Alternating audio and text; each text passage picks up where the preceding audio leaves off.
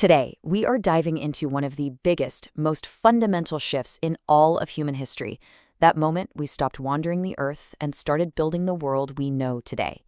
Let's get right into it. Okay, first, just take a second and let this timeline sink in.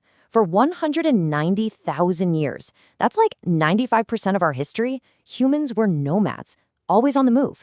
That means everything we think of as normal, permanent homes, towns, cities, all of that is part of a very, very recent experiment.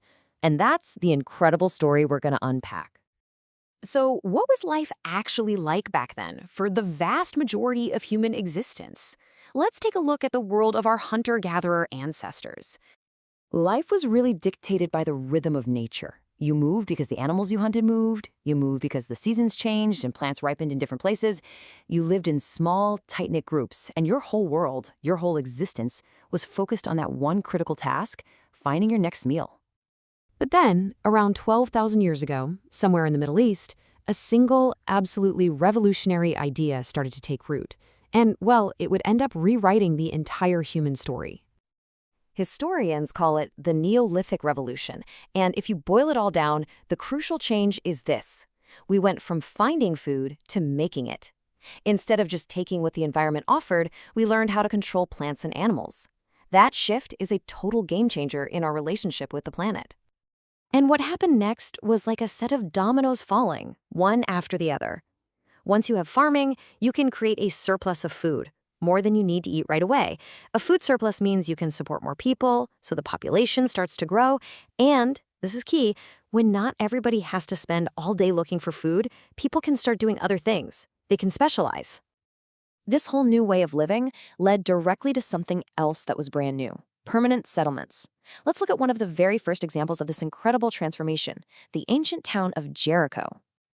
Now, the big thing to notice here is that this did not happen overnight. We're talking about a slow burn over thousands of years. Jericho starts as a simple little farming village. 1,000 years later, they're building massive stone walls. That tells you they had organized labor, probably some kind of government, and also something valuable to protect. Fast forward another 1,000 years, and we see buildings that look a lot like temples. Organized religion is emerging. Then specialized crafts like pottery show up. It's this slow, gradual layering of complexity. So how do you get from a complex town like Jericho to what historians would call a true civilization? What's the difference? Well, thankfully, there's a really handy little framework that helps us understand all the essential parts. So yeah, what are those key ingredients? What's the secret sauce that turns a large village into a complex civilization? The answer is grapes. No, not the fruit. It's a fantastic acronym that helps us analyze any civilization. It stands for geography, religion, achievements, politics, economy, and social structure. Let's quickly walk through each one. Okay, it all starts with G for geography. This is the foundation, right? The actual land, the rivers, the climate. It's the physical stage where the entire drama of the civilization unfolds. Next up, R is for religion.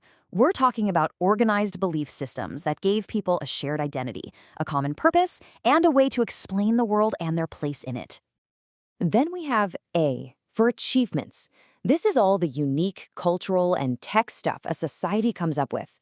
Things like writing systems, incredible art, monumental architecture, and new inventions that change daily life.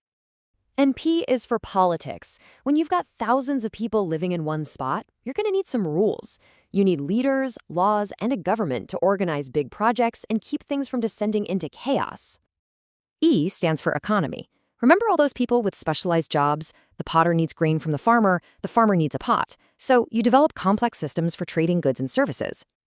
And finally, S is for social structure. This one is huge. With different jobs come different levels of wealth and power. For the first time, really, society starts organizing itself into classes, creating social hierarchies with rulers and priests at the top and farmers and laborers at the bottom. Okay, now that we have our grapes framework, let's actually put it to the test. Let's use it to look at two of the world's very first civilizations, Mesopotamia and Egypt. The first thing you notice when you look at them through the grapes lens is G, geography. Both were built on water. Rivers were their absolute lifeblood. They provided the fertile soil for farming, the water for drinking, and the highways for trade. But, and this is so important, not all rivers are created equal. In Mesopotamia, the Tigris and Euphrates rivers flooded violently and unpredictably. This seems to have contributed to a pretty pessimistic worldview and led to a collection of separate, often warring city-states. But in Egypt, the Nile flooded like clockwork. It was gentle, predictable, and reliable. That fostered a sense of cosmic order and stability that helped them create a single, unified government that lasted for thousands of years. It's a perfect case study of how geography can directly shape politics. This quote really just sums it all up, doesn't it?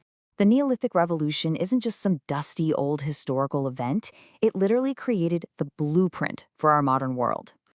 And you can see its legacy everywhere. The very idea of having a permanent address, living under a government, having a specialized job, the technology you use every day. Every single one of those things can trace its roots back to this great settling down that started all those thousands of years ago. So I'll leave you with this final thought. Settling down gave us stability, cities, art, and science. It gave us, well, everything we call civilization. But it's worth asking, in gaining all of that, what, if anything, did we lose when we finally stopped wandering?